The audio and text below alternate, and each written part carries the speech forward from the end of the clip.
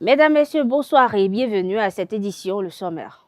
Le célèbre journaliste et écrivain béninois Jérôme Carlos est passé de vie à trépas lundi 15 janvier. Dans cette édition, ses proches et collaborateurs lui rendent hommage. Souscription et renouvellement à l'assurance de responsabilité civile. De nouvelles conditions sont fixées par le gouvernement. Le Rwanda affirme avoir tué un soldat congolais. Derrière les précisions dans cette édition.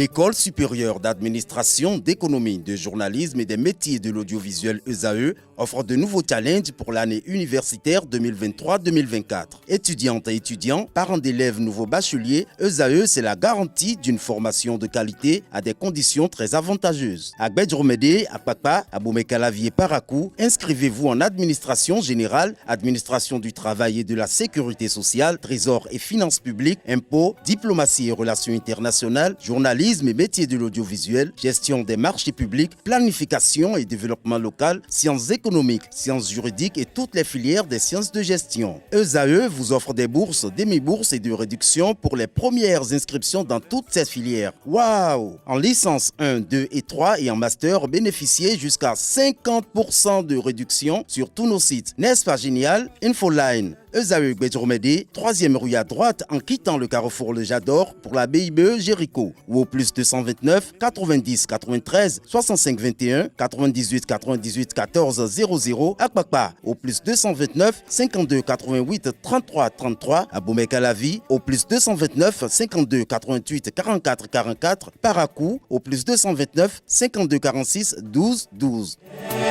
ESAE, l'excellence à un nom.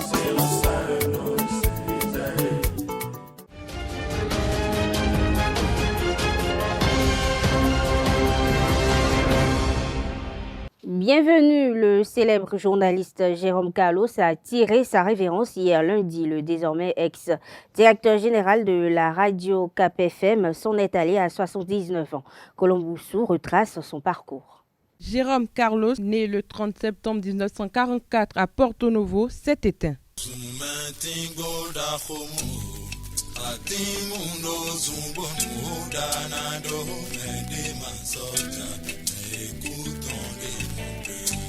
Journaliste, chroniqueur, historien ou encore écrivain, il est passé de vie à trépas ce lundi 15 janvier 2024.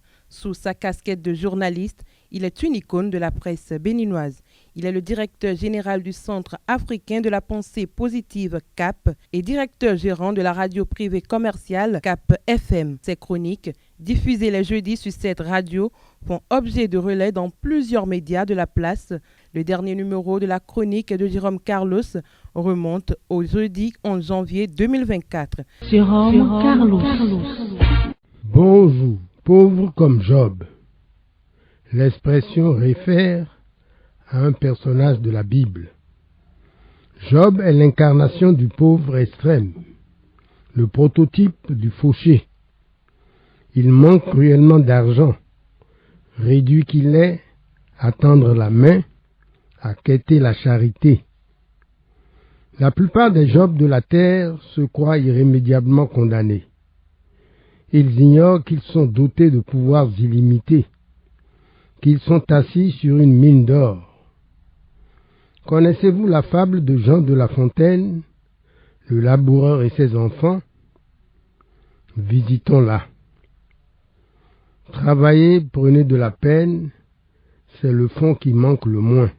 Très connu dans le monde des médias, l'homme a produit des articles pour plusieurs journaux de la Côte d'Ivoire. Dans la liste de ces organes de presse qui ont bénéficié de la plume de Jérôme Carlos figure Ivoire Dimanche, un organe de presse dont il a été le rédacteur en chef entre 1982 et 1991. Il a occupé ce même poste dans les rédactions de la presse entre 1990 et 1993, puis de la Lettre d'Afrique en 1994. Jérôme Carlos n'est pas que journaliste de renom. Ses réalisations pour la littérature béninoise et africaine vont rester gravées dans les annales. Il est auteur de plusieurs livres dont Cris de liberté, Les enfants de Mandela, Fleurs du désert, Comment je prépare mon examen et Le miroir. Il a signé le test de la dictée d'Afrique en 2006. Jérôme Carlos a collaboré à plusieurs ouvrages collectifs. En 1989, il a remporté le prix de littérature de la Côte d'Ivoire grâce à son livre « Les enfants de Mandela ». Il a été fait officier de l'Ordre du mérite culturel de la Côte d'Ivoire. Historien de formation, il a occupé les fonctions de directeur des musées, bibliothèques et archives nationales de Cotonou au Bénin. Il a également été expert consultant auprès de l'Institut culturel africain de Dakar. Désormais directeur de Cap FM, Jérôme Carlos est aimé de ses collaborateurs. Il est décrit par la plupart de ceux-ci comme un manager humble, motivateur et travailleur. Un riche laboureur, sentant sa mort prochaine, fit venir ses enfants, leur parla sans témoin. Gardez-vous, leur dit-il, de vendre l'héritage que nous ont laissé nos parents. Un trésor est caché dedans. Je ne sais pas l'endroit, mais un peu de courage vous le fera trouver. Fin de citation.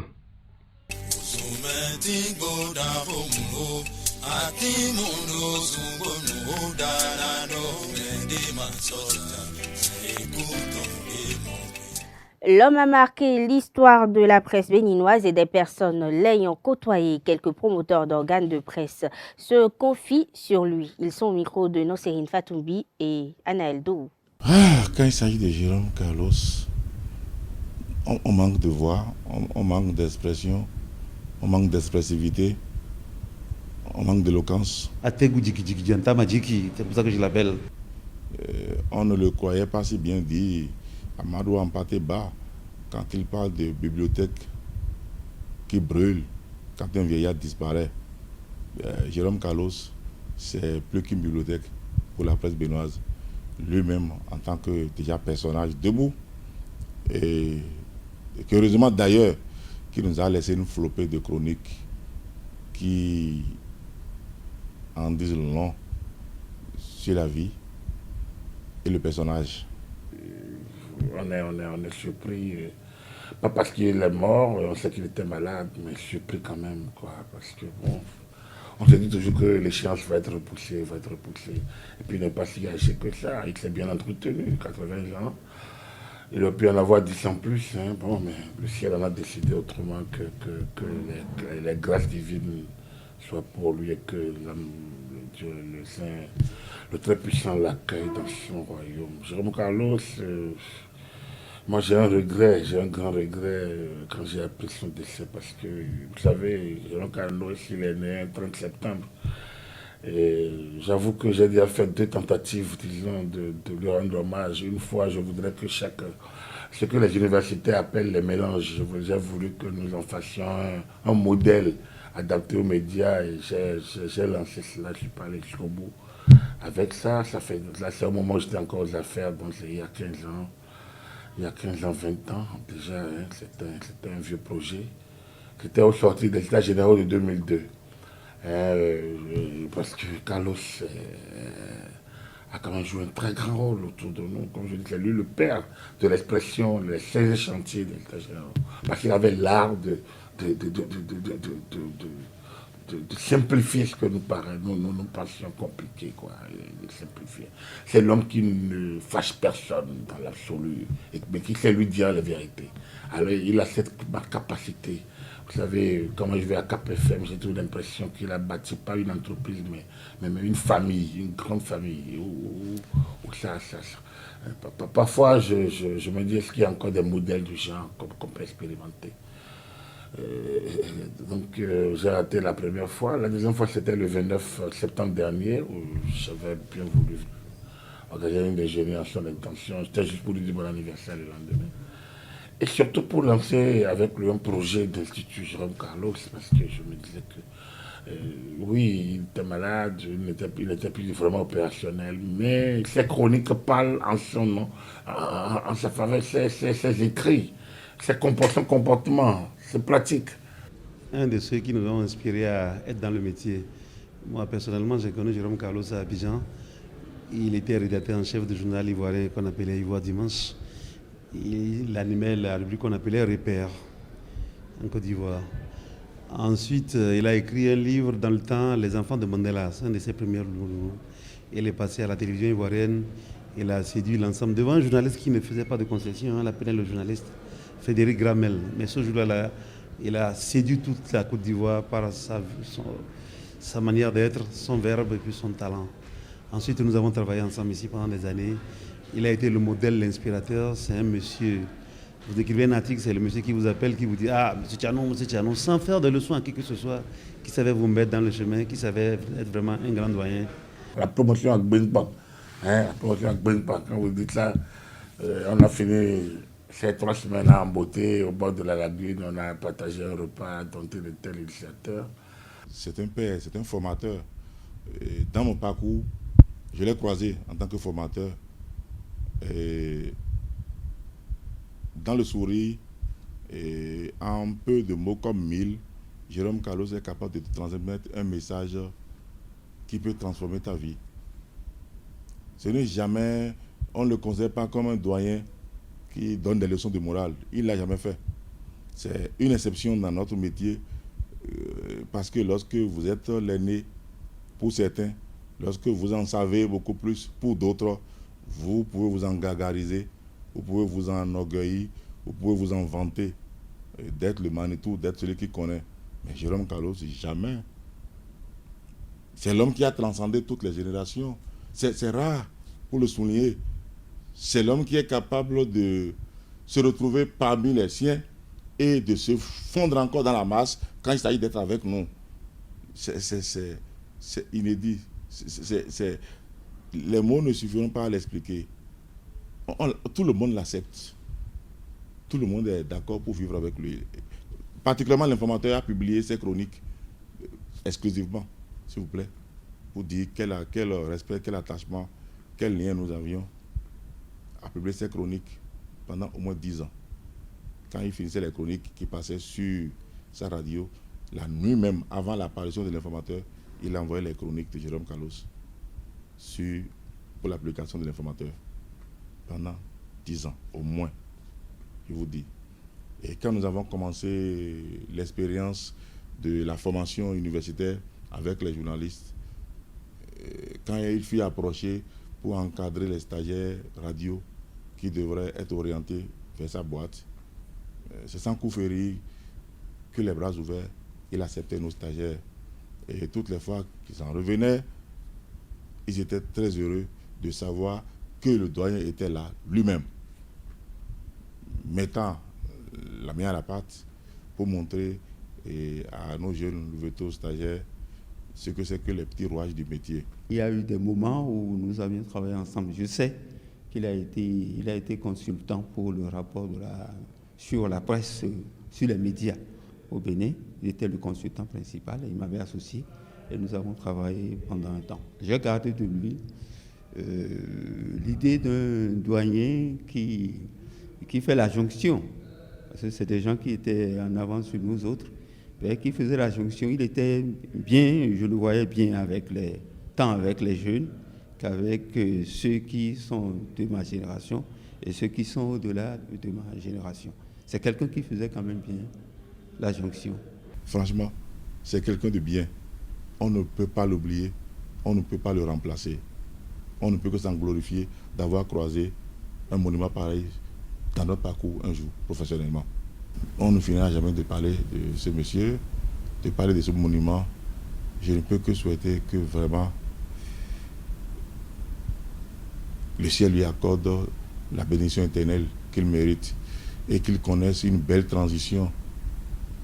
Que son voyage dans l'infini qui vient de commencer soit un voyage apaisé, qui le conduise vers le repos qu'il mérite. Franchement, parce que Jérôme Carlos, c'est de cela qu'il s'agit. Les employés de Cap FM saluent la mémoire du patron humble qu'il était. Propos recueillis par Anaël Dou, Nosirine Fatoumbi. J'ai eu le privilège de discuter, d'échanger avec l'homme quelques heures avant sa disparition. C'était hier lundi aux environs de 9h. J'ai eu à faire une émission. Et à la fin de cette émission, tout ému, tout content, il m'a appelé comme à son habitude pour dire « Wilfried, je suis fier de toi. tu as fait une très belle émission. Mais je ne savais pas que quelques heures plus tard, c'était la dernière fois que je parlais avec le baobab. Tout ce que je retiens de lui est qu'il est bon. Il est un bon chef. Je retiens de l'homme plusieurs qualités, mais ce qui le caractérise principalement, c'est l'humilité. C'est l'humilité. Jérôme Carlos n'est pas prétentieux, il n'est pas orgueilleux non plus. Et quand même vous commettez des fautes professionnelles, qu'elles soient minimes ou graves, il sait comment vous le dire, il sait comment vous ramener à l'ordre. J'ai parcouru plusieurs radios. Vous m'excusez, hein? J'ai fait la radio nationale, j'ai fait la radio à Diawere, j'ai fait Radio Weke, avant d'atterrir cette année, cela va faire 10 ans que j'ai côtoyé l'homme. C'est un bon patron. Ce qui est bien chez lui, après chaque émission, s'il est dans la maison, il vous appelle et vous passez dans son bureau pour échanger. On appelle ça l'après-émission. Ou bien, quand il n'est pas sur la radio, après chaque émission, il vous appelle en direct. Sans Jérôme, je ne serai jamais journaliste. C'est Jérôme qui m'a fait. Tout mon entier là, c'est Jérôme Carlos. Mais je me rappelle, il m'a enseigné quelque chose, 3 choses pour le métier. Il me disait que pour réussir à bien faire mon boulot, je dois lutter contre le retard. J'ai gardé ça de lui. Je dois lutter contre le mensonge. J'ai gardé ça de lui. Je dois lutter contre la jalousie. C'est les 3 choses qu'il m'a enseignées. Il est un ami, il est un conseiller, il est un papa. C'est pourquoi ici, au niveau de Cap FM, nous l'appelons affectueusement tonton. Parce qu'il a la manière de vous faire les reproches. Il a la manière de vous conseiller. Il a la manière de vous conduire. C'est pour cela que je dis qu'au-delà de tout, Jérôme Carlos ne fait pas le patron. Il est humble. Il est modeste. Jérôme Carlos, c'est un homme de vaste culture. C'est un choc qu'on a reçu à la radio. C'est vrai qu'il est âgé, il a 79 ans, bientôt 80, mais quand on voit la chaleur humaine, quand on voit ce que l'homme fait chaque jour, après chaque émission, après lors de ses passages, comment il échange, comment il est proche de nous, il ne nous suffit pas. On le dit souvent que lorsque des gens du genre partent, que c'est une perte. Pour nous, Jérôme Carlos, c'est plus qu'une perte. Parce que chaque jour, il a toujours quelque chose à nous dire, un mot d'encouragement pour nous motiver davantage. J'ai fini une émission. Et chaque fois que vous finissez une émission, il vous appelle. Il dit l'homme de Vodou Déis. Mais c'était bien fait.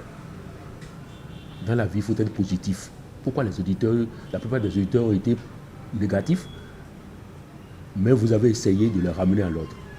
Il m'a dit, vous êtes Katapila de Vodou Déis, vous êtes Katapila Bokono. Et c'est resté en moi. Et pour finir, il m'a dit, je n'ai pas encore un héritier. À Bibou, je vais vous faire héritier du savoir, de la culture. J'ai dit, mon patron, je suis d'accord. Je veux dire à vous.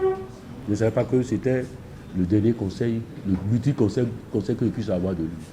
Jérôme mettait la main dans sa poche. Il a fait ceci pendant 4 ans. C'est lui-même qui nous nourrissait. On était tellement pressés pour venir manger avec lui les matins, les midis et le soir. Même si tu rentres, tu reviens manger avec Jérôme le soir. Et il a fait pendant 4 ans avant que la radio nous prenne. C'est un homme de culture d'abord.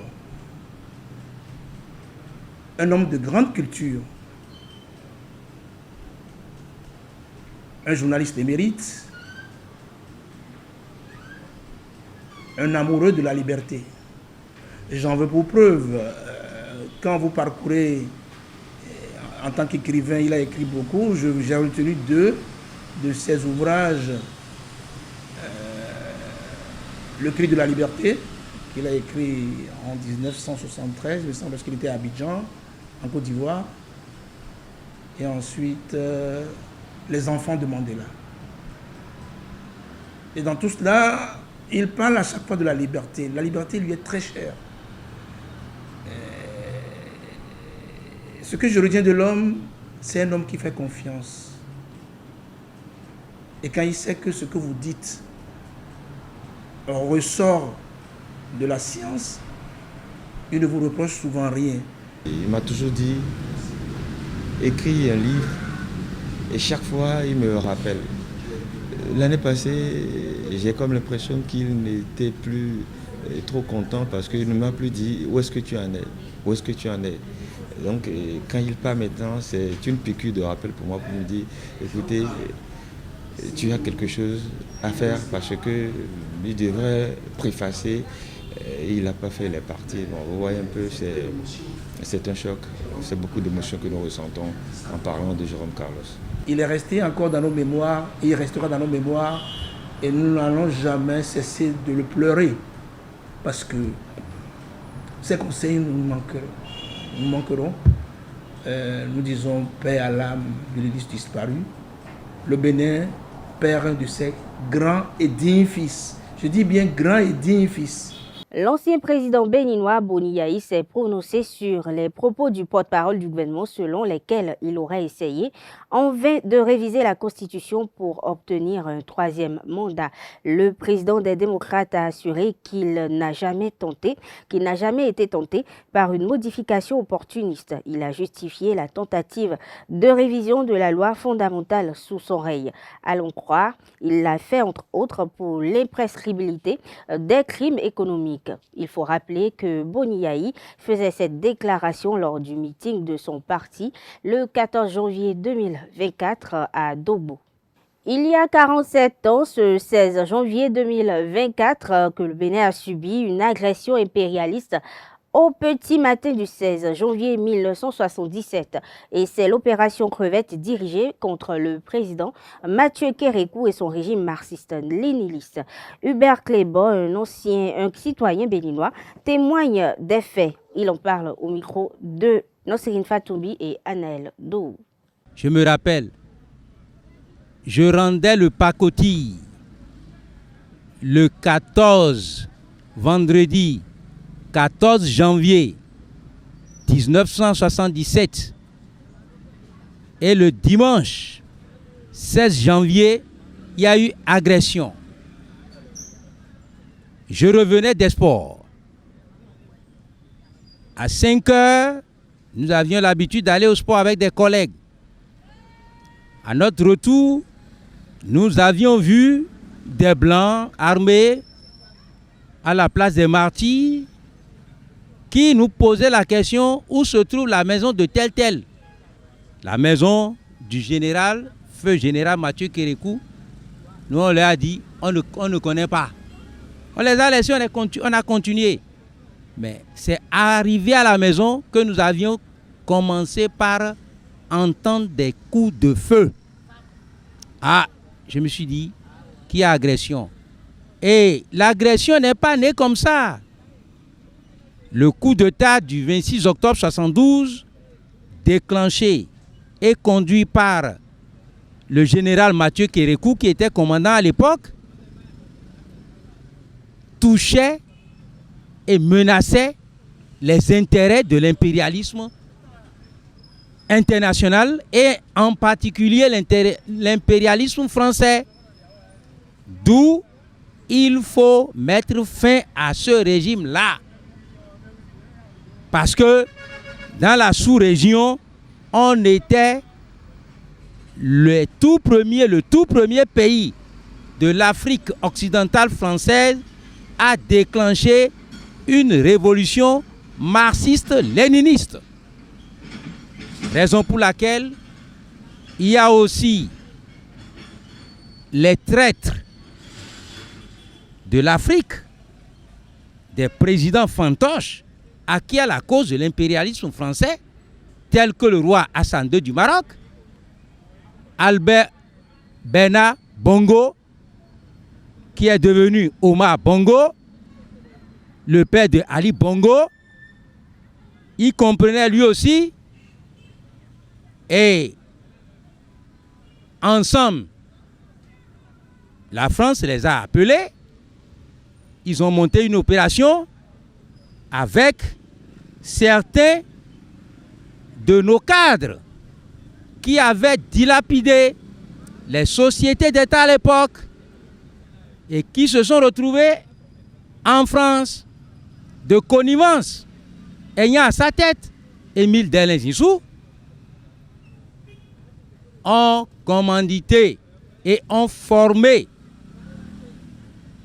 une armée de mercenaires dirigée par Bob Denard. Et le roi Hassan II les avait acceptés à la base de Ben Guéri. Ils avaient recruté des mercenaires un peu partout. Et l'opération s'appelait Crevette. Le décollage s'est effectué à la base militaire de Ben Guéri, Maroc, et a fait escale à Franceville, Gabon, et destination Cotonou, Bénin, à 6h30. Non, l'opération a commencé à 6h30, mais l'avion est descendu à 5h30. Ils ont pris tous les employés qui étaient à l'aéroport. Ils ont vidé l'avion. Donc, tous les documents compromettants, tous les documents qui avaient servi de préparation ont été descendus. Mais félicitons le capitaine Jean Favy, qui était de garde, qui était un pilote qui était autour de contrôle, voyant la descente de l'avion, parce que l'avion est descendu comme un oiseau. Lui, il a su immédiatement que le Bénin était agressé et a averti le président Mathieu Kérékou, a averti le camp Guézo, a averti toutes nos bases militaires, la gendarmerie de Porto-Novo aussi, les policiers, et la garde rapprochée que dirigeait le lieutenant Tiamou Lucien, paix à son âme. Tout cela était déjà averti. Donc, à 6h30, les mercenaires ont déclenché les tirs. Mesdames, Messieurs, retrouvez l'intégralité de son récit sur nos différents canaux. Cette édition se poursuit. Le ministre de l'Économie et des Finances, le ministre de l'Intérieur et de la Sécurité publique et le ministre du Cadre de vie et des Transports en charge du développement durable ont fixé les conditions particulières de souscription et de renouvellement de l'assurance de responsabilité civile des véhicules terrestres à moteur en République du Bénin, ce à travers un arrêté en date du 9 janvier 2024.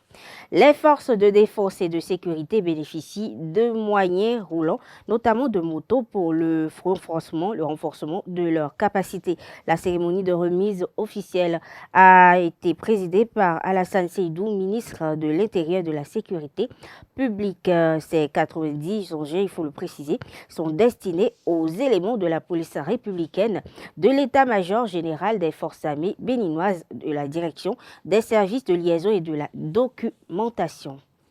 Les cadres de l'OFE, Observatoire de la famille, de la femme et de l'enfant, se sont réunis ce mardi matin pour l'élaboration du tableau de bord social sur la protection de l'enfant au titre de l'année 2023 au Bénin. Le point avec Francis Fahmi. Après les éditions de 2020, 2021 et 2022, les cadres de l'Observatoire de la famille, de la femme et de l'enfant OFE vont s'atteler à élaborer le tableau de bord social sur la protection des enfants pour le compte de l'année 2023 au Bénin. Les éditions précédentes ont quand même permis aux acteurs de protection de l'enfant de prendre conscience des avancées sur le plan des indicateurs liés à la protection de l'enfant.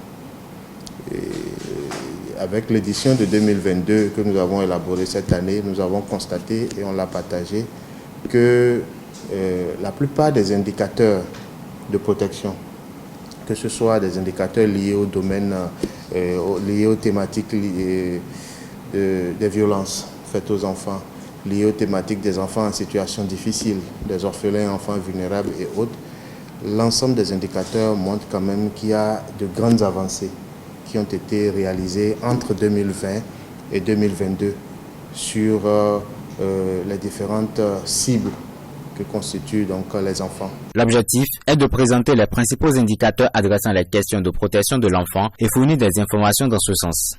C'est en effet un système qui produit en temps réel des données statistiques désagrégées par sexe et par tranche d'âge relativement aux 3 grands domaines identifiés et validés par l'ensemble des acteurs, à savoir la protection de l'enfant, la promotion de la famille, de la femme et du genre, puis la protection sociale et de la solidarité nationale. À partir d'un futur très proche, le SIDOFE Nouvelle Génération passera à 4 domaines, avec la prise en compte de l'inclusion sociale des personnes handicapées et âgées. Le document servira d'outil d'aide à la prise de décision au gouvernement béninois ainsi qu'à ses partenaires en vue de l'amélioration de son intervention dans le secteur de l'action sociale. Nous pensons que 2023, à travers déjà les indicateurs que nous sommes en train d'extraire, va confirmer cette tendance et montrer donc que le ministère des Affaires sociales a su mettre en place les mécanismes pour accroître et renforcer son système de protection et de prise en charge des enfants. En tout cas, à l'issue de cet atelier, nous pourrons confirmer cette hypothèse que nous avons émise déjà depuis l'année dernière au regard de la courbe haussière des différents indicateurs de 2020 à 2022. Les travaux se dérouleront pendant 4 jours et selon 4 différentes étapes. Faire un bref aperçu sur l'édition dernière et voyons ensemble qu'est-ce qu'on va retrancher, qu'est-ce qu'on peut compléter pour que l'édition de 2023 soit encore davantage meilleure. Ensuite, nous allons constituer des équipes, nous aurons l'extraction. Ensuite, nous aurons la transformation de ces données en des mettre sous forme de tableau, ensuite sous forme de graphique et au dernier moment faire l'analyse de tout ça là. Et à la fin, nous allons faire monter un premier draft sur la base des résultats des différents travaux. Réunis au centre Anouarit d'Abomey-Calavi, les participants à cet atelier d'élaboration proviennent de différentes structures compétentes, mais également de plusieurs départements du Bénin, tels que l'Atlantique, le Borgou, les collines et le Mono. Ce sont les acteurs de terrain, la plupart des chefs de centres de promotion sociale, la plupart des points focaux de notre SIDOFE, qui permet le SIDOFE sur lequel nous nous basons aujourd'hui pour élaborer ce document-là. Ensuite, les organisations de la société civile et puis les gens des médias que vous constituez. L'atelier d'élaboration du tableau de bord social sur la protection des enfants au titre de l'année 2023 au Bénin va prendre fin le jeudi 18 janvier 2024. Hors du Bénin, l'armée rwandaise affirme avoir tué un soldat de la RDC et avoir arrêté 2 autres qui ont franchi la frontière entre les 2 pays. Selon la déclaration faite ce 16 janvier, l'incident s'est déroulé vers 1h10 heure de Kigali ce mardi matin. En Russie, le président Vladimir Poutine a assuré ce mardi que l'État ukrainien risquait de subir un coup irréparable en cas de prolongation du conflit. Une déclaration faite lors d'une réunion retransmise à la télévision. Mesdames, Messieurs, ainsi prend fait cette édition. Merci de l'avoir suivi. Bonne soirée à toutes et à tous.